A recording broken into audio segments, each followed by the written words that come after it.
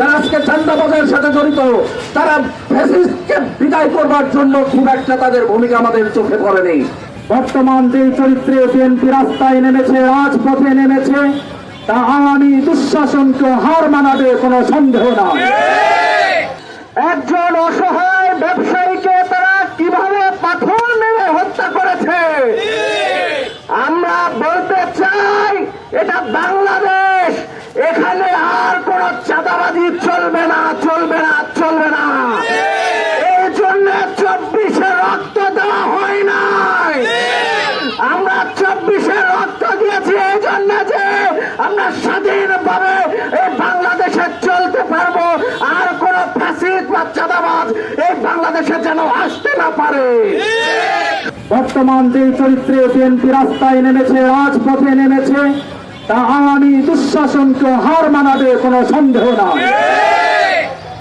যেভাবে যেই নির্মমতার সাথে, নির্দয় ভাবে, যেই নিষ্ঠুর ভাবে, নৃশংস ভাবে, যেই ঘৃণিত ভাবে গত 9 তারিখে হত্যাযজ্ঞ চালিয়েছে পাথরে পিষ্ট করে, যে অনাকাঙ্ক্ষিত ঘটনা ঘটেছে, এই ঘটনা আমি নিঃসন্দেহে বলতে পারি আইয়ামে জাহিলিয়াতের সেই নির্মমতাকে রুকুয়ার চেষ্টা করতে বাধ্য করেছে।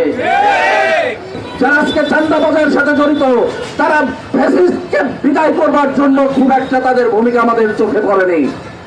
অথচ আজকে সুবিধাজনক সময় পেয়ে তারা আমাদের ভাইদের উপরে আবার খড়গহস্ত হচ্ছে, তারা আমাদের বোনদেরকে নির্যাতন করছে, থানা থেকে সাজাপ্রাপ্ত আসামিদেরকে ছিনিয়ে আনছে, নতুন নতুন চাঁদাবাজির ফন্দি আটছে।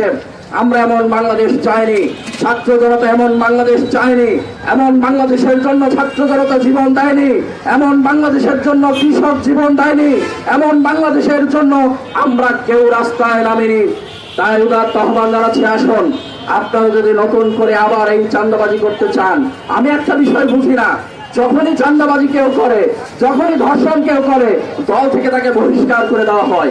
আমি জানতে চাই আসলে বহিষ্কার কত হবে, বহিষ্কার কতদিন চলবে, বহিষ্কারই কি সমাধান?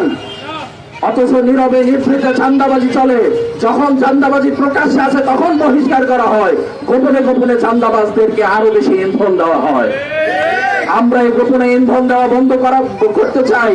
আমরা বলতে চাই, যারা দায়িত্বশীল আছেন, আপনাদের কর্মীরা যারা লাগামহীন, যারা আপনাদের পাশে ছিল না, আজকে সুবিধাজনক টাইমে এসে তারা চাঁদাবাজিতে নিজেদেরকে জড়িয়ে ফেলেছে, এরা মূলত আপনাদেরকে ধ্বংস করতে চায়।